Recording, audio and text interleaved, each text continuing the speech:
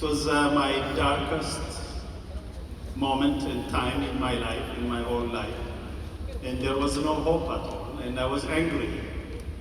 I was always thinking of taking revenge against my former friends who put me to jail. And for 5 years, the first 5 years in prison, I was looking for something that gives sense to my life. And here is one question at the end of the 5th year that I started questioning, and I think this is relevant for you young boys and girls here. And the question I was asking was this: why am I living?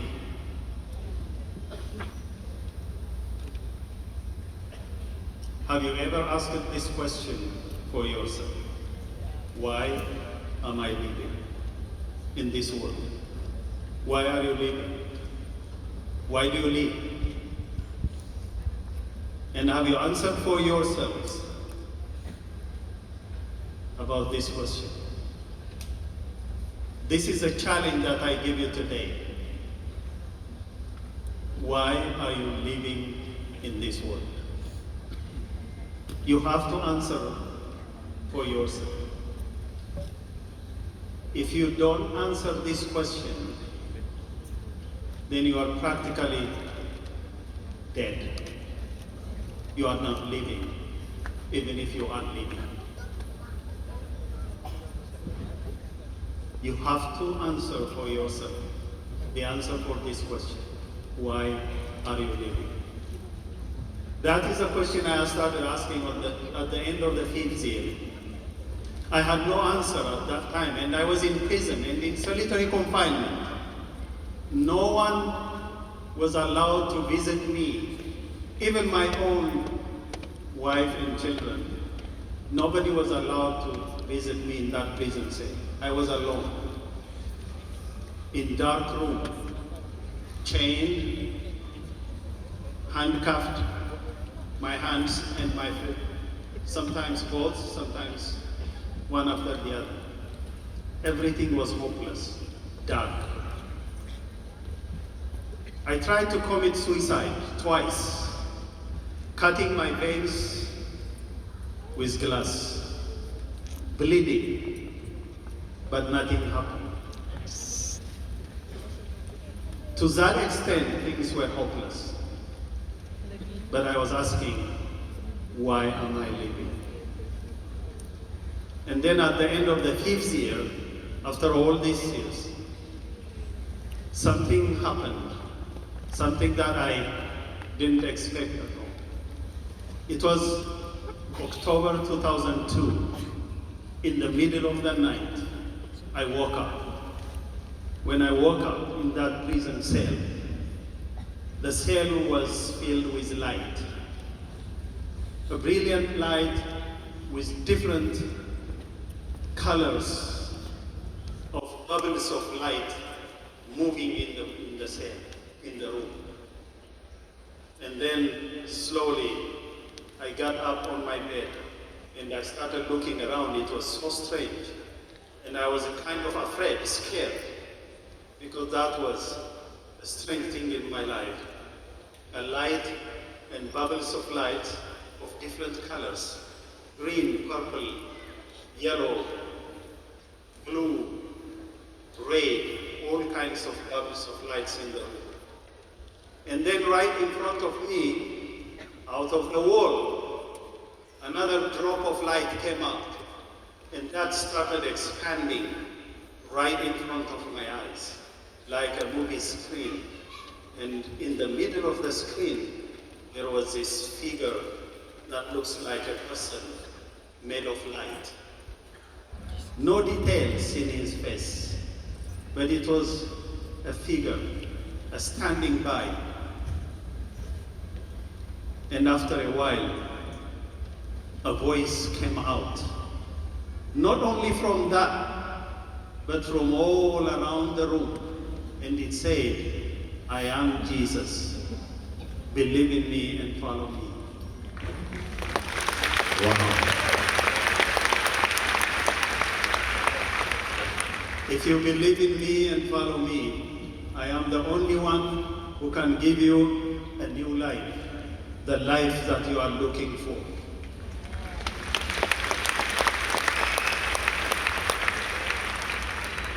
That was it. One after the other, the light went on by, and the darkness came back. The contrast was between light and darkness. Before I know, I was on the floor. I was not on the bed, no more. On the floor, sweating, the whole my body shivering and crying and weeping. The whole hours after that, I was there on the floor. And in the morning, I got up. I was not certain that I saw those things and I heard those things, but I also certain that I heard it and I saw it. I didn't say, okay. I said, I have no idea who you are in the first place.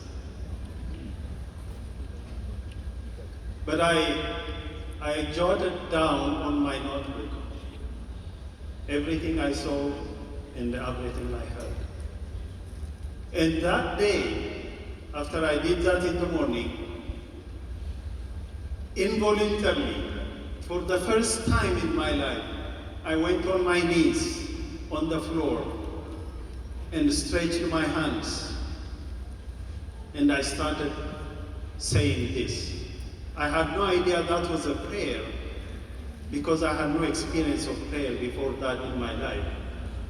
Remember, I was a communist. I was an atheist. I didn't know about prayer or the Bible or anything. But on my knees, stretching my hands, I started praying. I said, you who call yourself Jesus, I have no idea who you are, and I have no idea how you give a new life for me, but that's what I am looking for. So if you are real, why don't you come back and show me? Well, the next day, in my disappointment, nothing happened. I went to my bed again, but in the middle of the night, he surely came back. I woke up.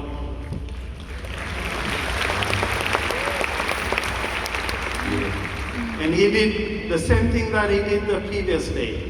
He came within the light and he said, I am Jesus. Believe in me and follow me. I am the only one who can give you a new life that you are looking for. But he also told me two more things. He said, I will get you out of this place and I will send you to the world and you will testify of me. Wow. So that's the beginning. How many think that would be cool to meet Jesus like that in a shining light? You probably wouldn't like the solitary confinement though. Well, this is one of his promises, right? He said, I will get you out of this place and I will send you to the world and you will testify of me. I am testifying in front of you the name of Jesus. So tell us, sir, what happened? Like, did you immediately get out of jail? What happened right after that? Well, he also told me one more thing. He said, don't be afraid. I am always with you. Amen. And that gave a meaning for me because I was thinking of every day, I was thinking of being killed in that prison cell. He said, don't be afraid. I am always with you.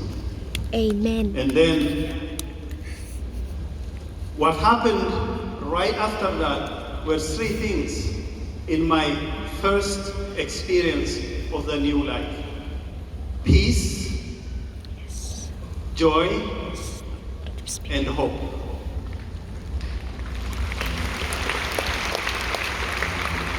In that prison cell, and when I tell you prison, the Ethiopian prison, it's a real prison.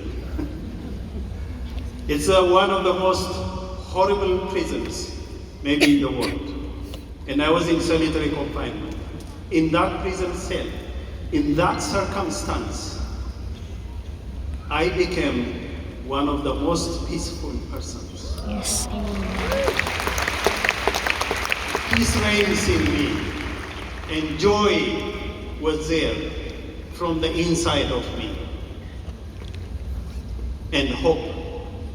I started saying for the first time, after 5 years, I started saying, someday I will get out of this place. Those three things were the first experience in my life: peace, joy, and hope. My friends, if you follow Jesus, these three things will reign in your life. So, Your Excellency, talk about when you finally got to see your wife and you were kind of afraid to tell her what had happened to you. 7 more years after that, all in all 12 years in prison. But after a few months, after Jesus found me, one of the police guards, out of the 3 who met Jesus because of my testimony, he brought me a cell phone